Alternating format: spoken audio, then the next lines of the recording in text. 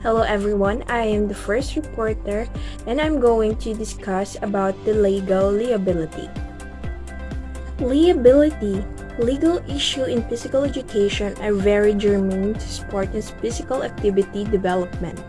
Consequently, physical education teacher should be involved in studying laws that relates in PE in the course of their professional preparation.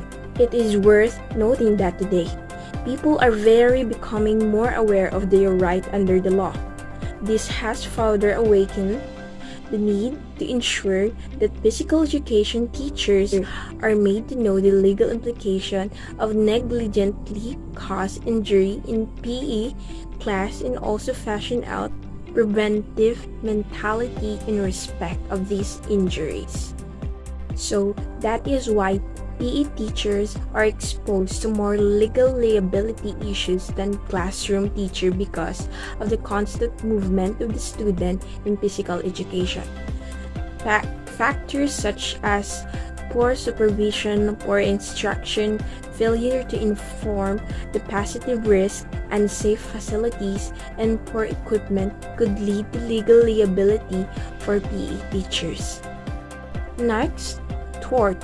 A tort is act of omission that gives rise to injury or harm to another and amounts to a civil wrong for which can impose liability.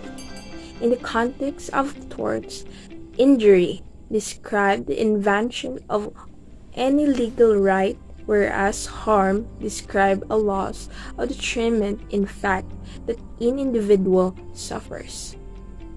Also, the tort are based on the legal premise that individuals are liable for the consequences of their own conduct when such action result in injury to others. Negligence. A negligence is a tort that is often used to implicate PE teachers. It is very important that they understand nuances of torture, liability, and its relationship to PE profession. They should also be aware of the legal defense available to them if, despite of all persecution, they are accused for negligence. It is because of this physical activity that there is more of the chances that the child could get hurt. Therefore, expulsion PE teacher to possible liability issues more so than that of classroom teachers. Some suggestions for safety, legal liability, and safety. Physical education, by its very nature, is susceptible to accidents. Because activity is vital to the growth and development of every student, teachers should not eliminate vigorous activities from their programs on the sole basis of fear of accidents. They should, however, use wisdom and prudence in the selection, instructions, and supervision of the physical education program. The fact that accidents frequently occur in physical situations has several implications for physical educators. In the first place, they may be personally liable for their own negligent behavior when it results in injury to someone else. In the second place, a successful suit against the school may eliminate or seriously affect the program. Physical educators have a moral obligation to conduct their programs in such a way as to protect the welfare of the students. Good day everyone, I am Stephen Paul Pahermo and I am going to talk about the definition. The following will give you a brief summary on legal liability and safety as it pertains to physical education. So first is the liability. According to Backer's Law Dictionary, liability is a responsibility that state of one who is bound in law and justice to do something that may be enforced by action. Second one is liability of the school personnel. So any school employee, teachers, principal, etc. can be held personally for his/her action. When a teacher is not negligent, however, there is no liability regardless of the seriousness of the injury. Tort is a legal wrong which result is direct or indirect injury to an individual or to property. Next is negligence, the failure to act as reasonably prudent as careful person would have acted under similar circumstances. And last is act of omission, the failure to take action which is necessary to protect another when one is under legal duty to do so. That's all. Thank you.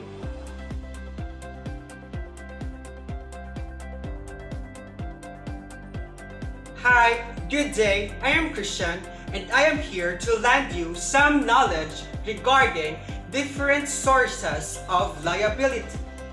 Given accident is just like an earthquake, we cannot predict where or when it might happen. That is why it is fundamental to know these different common sources of liability that will give us prior knowledge and somehow safety precautions. Here are some the most common sources of teachers' negligence in physical education. First is poor supervision. The teacher on duty during classes, noon hour, or other specified times is responsible for students at that time. He or she must be able to foresee possible injuries as a result of dangerous play, etc. If the teacher is not present, foreseeability is impossible. One source of legal liability is poor supervision of teachers during classes. It is understood that the teacher on duty during a specific time period is the one responsible for his or her students' welfare and safety. They are under his or her care, and if anything bad or good happens, the teacher in charge will definitely be held accountable. For instance, it is the teacher's responsibility to ensure the student's safety while working on their lab experiment. Failure to do so could result in legal liability if the students get injuries or any harm during the experiment. Second, poor instruction. The teacher is responsible for instructing students prior to their participation in physical education activities. If a student is injured in an activity which he or she had no instructions, lack of foreseeability can again be shown on the part of the teacher. Written lesson plans are a written record of foreseeability protection. Another crucial responsibility of teacher is giving students direct instruction regarding an activity need to be done during his or her class. It becomes a source of legal liability if the student's safety and welfare were put to risk because of inadequate instruction and of their teacher's negligence. The third one is failure to warn.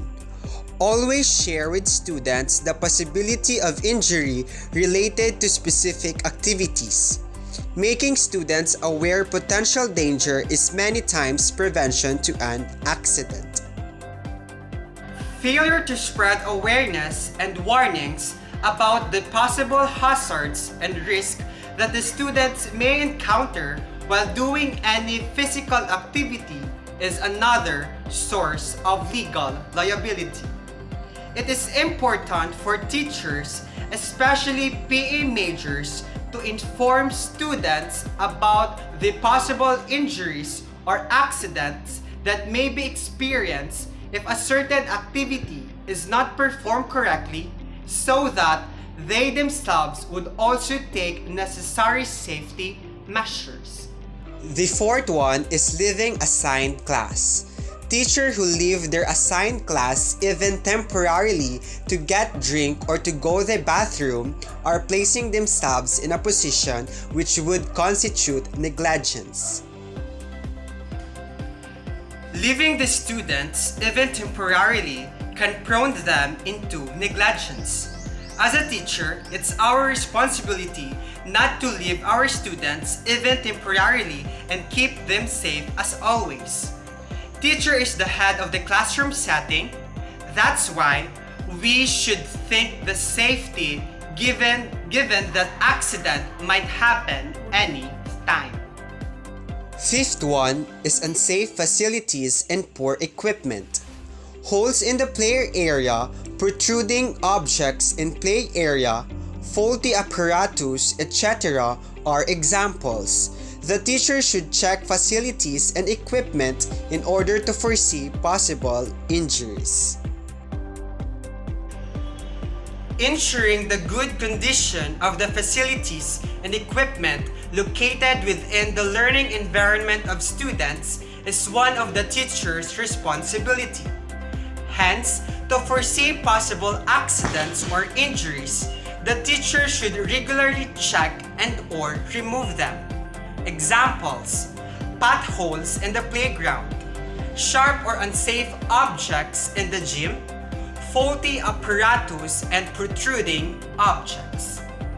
The sixth one is skill level and overmatching. Teachers should not ask students to perform beyond their skill level or overmatch students in games and activities where size, strength, previous knowledge, and etc. would cause an injuries. Catering the needs of students is a must, but overmatching students in treacherous activities which are beyond their skill level is completely unnecessary. Teachers should prepare activities that would develop the students' skills but not to the extent of putting them to unnecessary risk. Negligence from other. Injuries caused by the negligence of another student must be foreseeable. All teachers should know what to expect from each student in behavior as well as performance. It is the teacher's responsibility to arrange or structure activities that foresee common problems or unfortunate events. There are injuries and other risks that cannot be avoided given the fact that things happen as they happen. Hence, negligence from other may cause unnecessary happenings, and sometimes teachers should expect for the worst to prepare for the best. The eighth one is poor protective measure. The teacher must provide for proper protection measures. Poor protective measures put students to high risk, but they are not provided with correct and efficient precautions. Hence, they will be held accountable for any injuries that the students may get while performing a certain activity. Liability of equipment. No teacher is allowed to use equipment in any manner except the manufacturer designed it and will assume responsibility for its use. Otherwise, places the district and possibly the teacher in a position of liability. Basically, teachers are facilitators and at the same time demonstrators. Hence, it is important that they use equipment according to how it should function. If not, the teacher will place in a position of liability as it may cause misunderstanding on the part of students. Altering equipment. No teacher is allowed to alter equipment or to intended use of the equipment. Doing otherwise places the district and possibly the teacher in a position of liability. As a teacher, we should follow what intended equipment should use for the safety of our students. It's not our responsibility to alter or change any equipment intended because it can constitute to harm and accident. The last one is installing equipment. Any equipment that is installed on a permanent basis should be handled through a country or schoolwork order. Good day everyone, I am Bea Buenvenida and today I'm going to discuss the safety rules and procedures. So there are 21 safety rules and procedures, but I'm going to discuss the first 12. So first, we have here the always be there. This means the teachers should never leave their classes and should always have all the students in sight when on the job. The teacher must be actively aware of class happenings. Also, this requires the teachers to frequently change position in viewing the play area. Second, periodically check facilities and equipment. This means that if there's a dangerous piece of equipment on play area, we need to keep our students off the equipment or out of the area until the repairs are made if possible.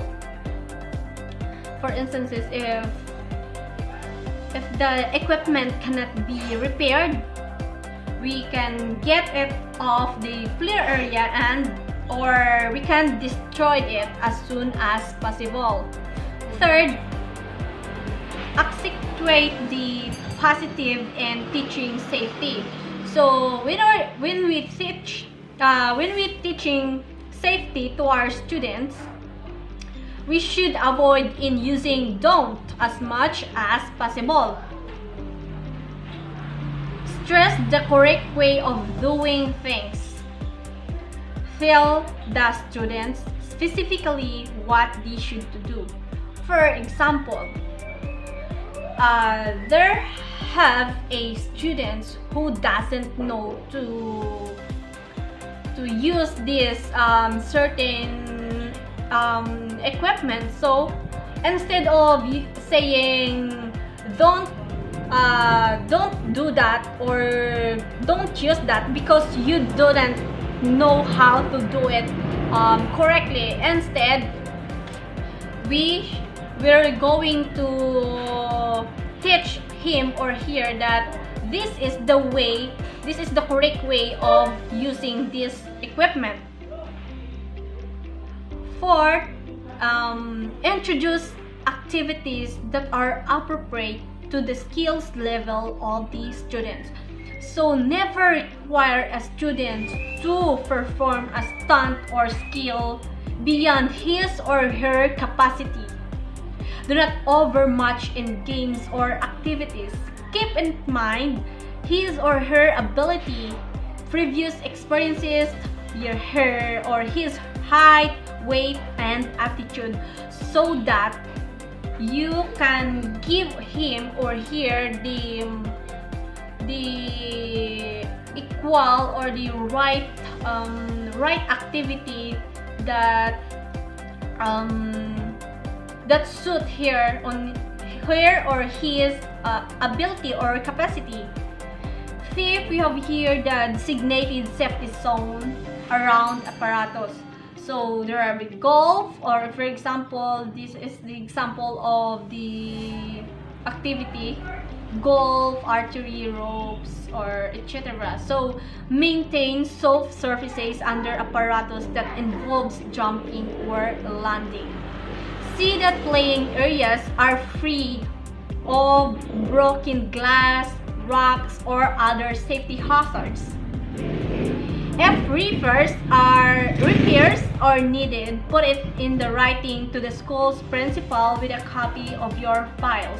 So if you have concerns with your play area or the apparatus, you can write your concerns and send it to the principal. Next, mark sprinkler heads which may be above ground level in the area. Surveyors tape a bed of white rug or an old rubber ball painted while may be put over the top. Have sufficient space between playing group and around equipment. Next, teach students to keep their eyes on the ball in the game even though they may not be involved in the play. So refrain from throwing a ball to a student who is not watching. Next, establish procedure about the correct way to recover a ball which may go into the street or similar unsafe area. Next, see the shoelaces are tied, jewelry is removed, and hair is protected in a safe manner. So see to it that when you're playing, check your shoelace and remove all your jewelry. And 11, avoid roughness. 12, when playing games in which striking objects like hats, rackets, sticks, or other that are used, you should establish a safety zone in which players must sit or stand while waiting their turn. Require helmets to be worn in this safety zone and when at bat or etc.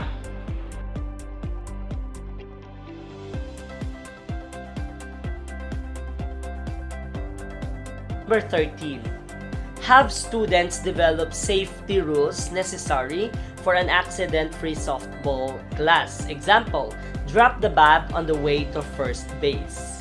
Catchers must wear a mask and fielders' gloves must be worn when playing with a regulation softball. So, as you've remembered, no, last time when we are playing softball in stadium, we, the players, are required to use different equipments, no, sa softball because it is required tungod nga ma-prevent naton ang legal negligence, di ba? Next, chewing gum during activities should not be permitted. So it is not permitted because there is a possibilities nga ang players matulon niyaya ang gum and it is not permitted during the activity. Number 15, remove glasses in active areas or wear eyeglasses guards to reduce accidents. And also to eliminate accidents, no? Teach students to stay away from dogs that wander onto the fields. Number 17. Play most games on the grass areas except in cases where the condition of the field makes it impractical. Number 18. Teach students to enter a line at the end. Number 19. Refrain from using a fence or wall for a turning line races or delays. If students must run toward a fence or wall, establish a turning line well in front of the fence or wall. Teach students to control the impulse to throw the ball one more time or shoot one more basket after the whistle blows to terminate activities. Lastly, to eliminate or to reduce accidents, teach students to refrain from touching or pulling the volleyball standards out of the sleeves in the court. Let's proceed to my topic, which is procedures in case of an accident. In the event of an accident, the following or similar procedure should be followed. First, the teacher should go to the scene of the accident immediately, at the same time notifying the principal and nurse, if available by student messenger or two-way communicator. Second, an immediate general examination of the injured student will give some idea as to the nature and extent of the injury and the emergency of the situation. If the injury is serious, the parents and administrator should be called at once. In reference to notifications, follow school policy. Third, if the teacher is well versed in first aid, assistance should be given. Every teacher who supervises physical education should know first aid, CPR, and AED or automated external defibrillator procedure. Everything should be done to make the injured person comfortable. He or she should be reassured until emergency medical services or the EMS 911 can be secured. Lastly, make sure the student completes thoroughly the district's incident or accident report. Upon completion, submit it to the principal's office for processing.